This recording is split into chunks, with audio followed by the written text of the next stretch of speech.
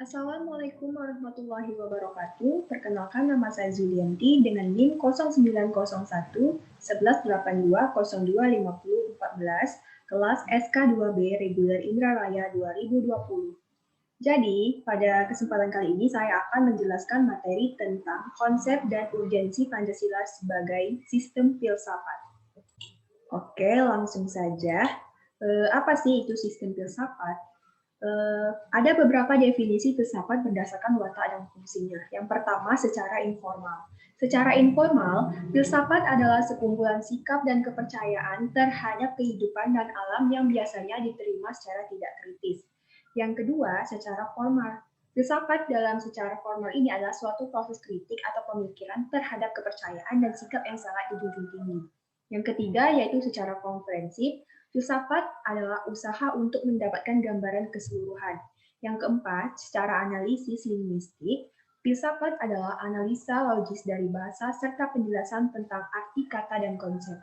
Yang kelima, secara aktual dan fundamental, filsafat adalah sekumpulan problematik yang langsung mendapat perhatian manusia dan dicarikan jawabannya oleh ahli-ahli filsafat. Ada beberapa alasan mengapa Pancasila dikatakan sebagai sistem filsafat.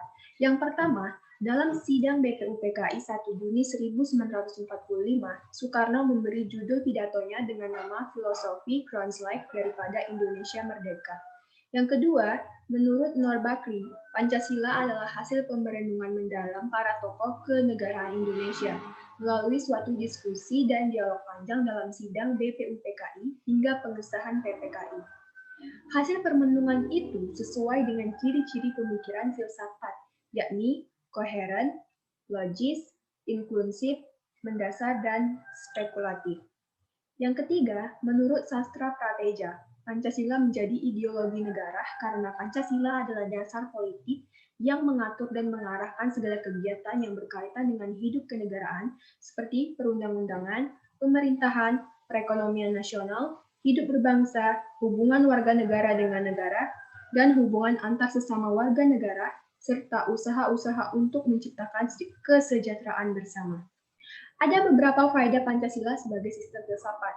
Yang pertama, faedah terbesar dari filsafat adalah untuk menjaga kemungkinan terjadinya pemecahan-pemecahan terhadap problem kehidupan manusia.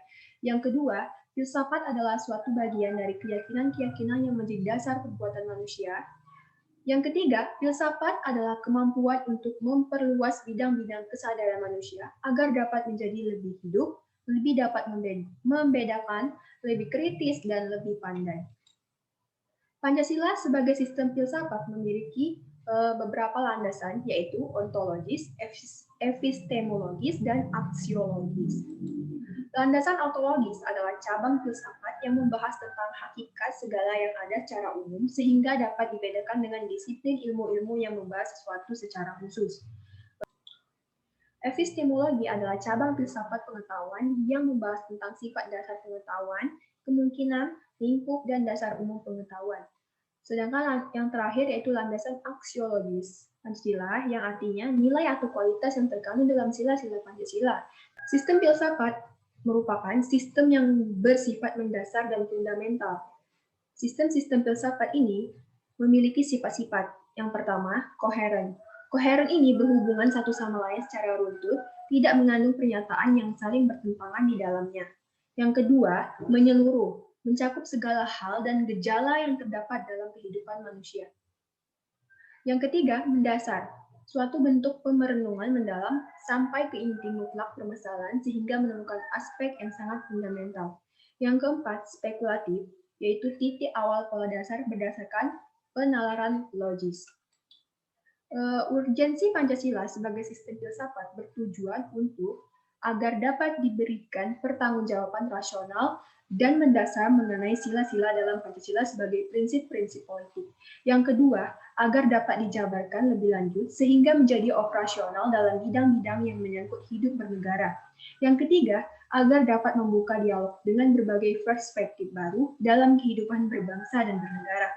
Yang keempat, agar dapat menjadi kerangka evaluasi terhadap segala kegiatan yang bersangkut paut dengan kehidupan bernegara, berbangsa, dan bermasyarakat, serta memberikan perspektif pemecahan terhadap permasalahan nasional.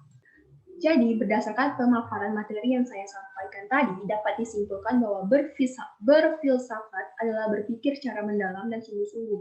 Sedangkan Pancasila sebagai sistem filsafat adalah suatu kesatuan bagian-bagian yang saling berhubungan, saling bekerja sama antara sila yang satu dengan sila yang lain untuk tujuan tertentu dan secara keseluruhan merupakan suatu kesatuan yang utuh yang mempunyai beberapa inti sila, nilai, dan landasan yang mendasar. Mungkin itu saja yang dapat saya sampaikan. Lebih dan kurang saya mohon maaf. Saya akhiri. Wassalamualaikum warahmatullahi wabarakatuh.